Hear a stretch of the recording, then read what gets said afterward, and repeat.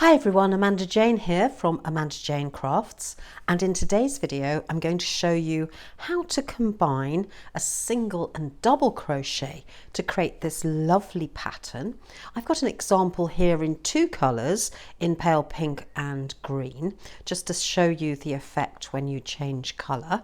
And this example uses cotton in a double knitting weight yarn and a size 4mm crochet hook. So that's what we're aiming for. It's got a slight texture, perfect for a baby blanket or even a washcloth. So I'm going to show you how to work this up.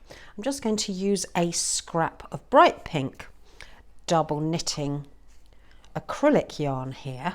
I'll just unravel a little bit, and you start by doing a chain of an even number.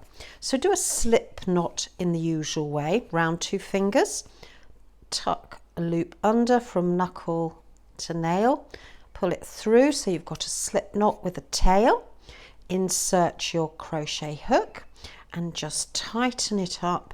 Tighten up that loop until the loop slides up and down relatively easily, and then holding your yarn between the tail between your thumb and your second finger, and then the yarn over your index finger and tucked underneath your last 2 fingers. Now I hold the hook like a knife, and I have my hook at 10 to 2, so about 10 minutes to the hour, so 10 o'clock. So we're going to do an even number of chains, just yarn over, pull through, yarn over, pull through, and I'll just do a small sample here. We'll have a little count in a moment to make sure we've got an even number. Now this is a 1-row repeat pattern, so you've only got 1 row to memorize, which is always a bonus when doing you know, a baby blanket or even a cardigan. You could do a cardigan with this stitch. 2, 4, 6, 8, 10, 12, 13, 14, 15, one more stitch. Now we're going to count, we're going to look very carefully at our chain, because we're going to find the second chain from the hook. So that loop doesn't count for counting. 1, 2, so we can see just here, we're going to do a single crochet, US terms, into that second chain from the hook, and then we're going to do a double crochet in the same chain space, so in that chain. So it's 2 stitches in 1 chain. So we've got a single crochet followed by a double crochet. Skip a stitch, and we're going to repeat the single crochet, insert your hook, yarn over, pull up a loop, yarn over, pull through 2. Then a double, yarn over, insert your hook, yarn over, pull up a loop, 3 loops on the hook, yarn over, pull through 2, yarn over, pull through 2. Skip a chain, insert your hook, single crochet, and a double crochet.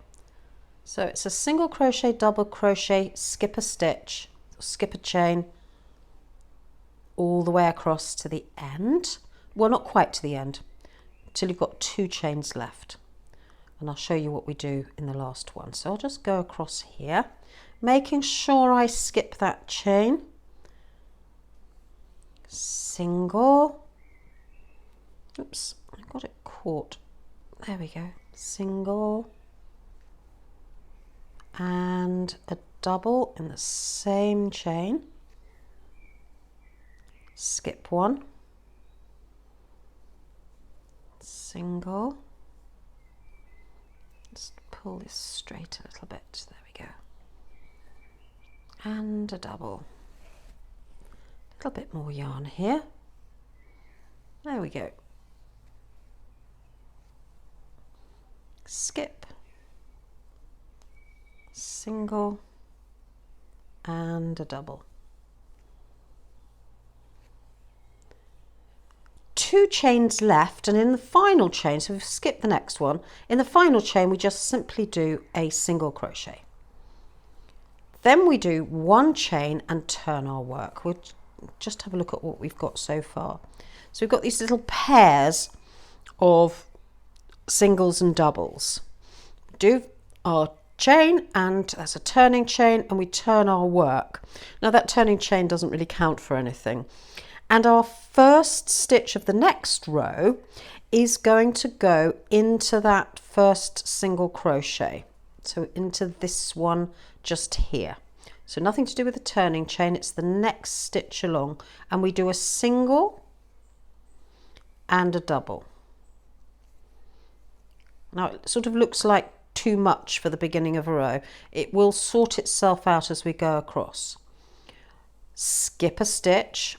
Now to see the stitches, you can turn the work towards yourself because you're going to go into the whole top of that single crochet from the row below. The other way of identifying it is to have a look at this. You can see that bar there. That's the next stitch. We want to skip that one and to go into here. And there is a tiny little gap, if you like. We will start to see it as we go on with our crochet.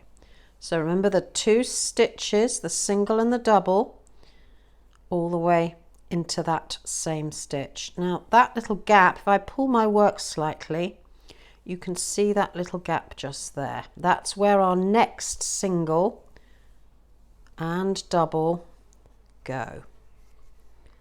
So rather than having to count, you can just look for that little gap, or you can look at the top one and in the next one too.